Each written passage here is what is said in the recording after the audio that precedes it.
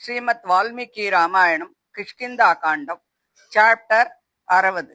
சம்பாதி ஜடாயுவுக்கு தர்ப்பணத்தை பண்ணிட்டு ஸ்நானம் முதலிய கிரியைகளை எல்லாம் முடிச்சுண்டு அந்த பர்வதத்துல உட்கார்ந்துக்கிறான். அப்போ வானரர்கள் எல்லாமா அவனை சூழ்ந்து உட்கார்ந்துண்டா. அவனுக்கு நிஷாச்சர முனிவர் சொல்லி இருந்தபடி ராமதூதர்களான வானரர்கள் வந்ததாலும் தனக்கு இறக்கைகள் மறுபடியும் முளைச்சதாலும் அவனுக்கு அந்த ரிஷியனுடைய வார்த்தைகள்ல நம்பிக்கை இருந்தது. சந்தோஷம் அடைந்து வானரர்களை பார்த்து, மித்திரர்களே, ஒருவரும் சப்தம் பண்ணாம நான் சொல்றத கவனமா கேளுங்கோ.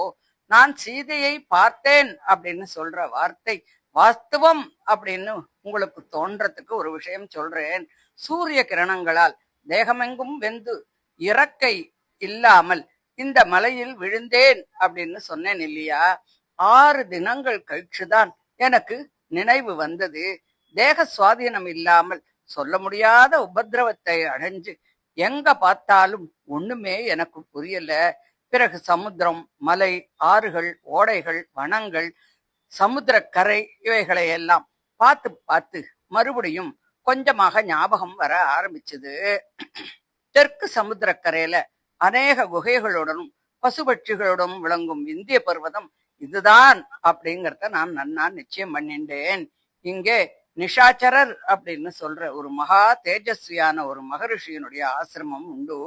அவர் உத்தம லோகங்களை அடைந்த பிறகு நான் இந்த இடத்துல 8000 வருஷங்களாக வசிச்சுருக்கேன். துக்கம் தாங்காம இந்த மலையின் உச்சியிலிருந்து வெகு கஷ்டத்தோட இறங்கி கூர்மையான தர்ப்பங்கள் நிறைந்த பூமியில அவரை பார்க்கணும் அப்படிங்கிற ஆசையில அவருடைய ஆசிரமத்துக்கு போனேன். நானும் ஜடாயுவும் இந்த இடத்துல அவரை பல தடவை தரிசனம் பண்ணியிருக்கோம். அவருடைய ஆசிரமத்திற்கு சமீபத்துல காத்து சுகமா இருக்கும், பரிமளமாக வீசும். விருட்சங்கள் புஷ்பத்தாலும் பழங்களாலும் நிறைந்து இருக்கும். இங்கே அவருடைய வரவை எதிர்பார்த்துண்டு ஒரு மரத்தடியில உட்கார்ந்துட்டு இருந்தேன். கொஞ்ச நேரத்துக்கு அப்புறம் அவர் சமுத்திரத்திலிருந்து ஸ்நானம் பண்ணிட்டு தேஜஸ் அப்படியே ஜொலிச்சுண்டு திரும்பி வந்தார்.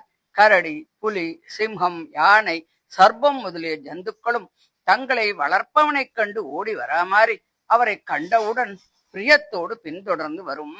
அரசன் சபையில் உட்கார்ந்தவுடன் மந்திரிகளும் பரிவாரங்களும் கூடுறா மாதிரி அவரை கண்டவுடன் சகல ஜந்துக்களும் ஓடி வந்தது. அந்த மகரிஷி என்னை பார்த்து ரொம்ப சந்தோஷம் அடைஞ்சு ஆசிரமத்துக்குள்ள நுழைஞ்சிட்டு ஒரு முகூர்த்த நேரம் கழிச்சு வெளியில வந்தார்.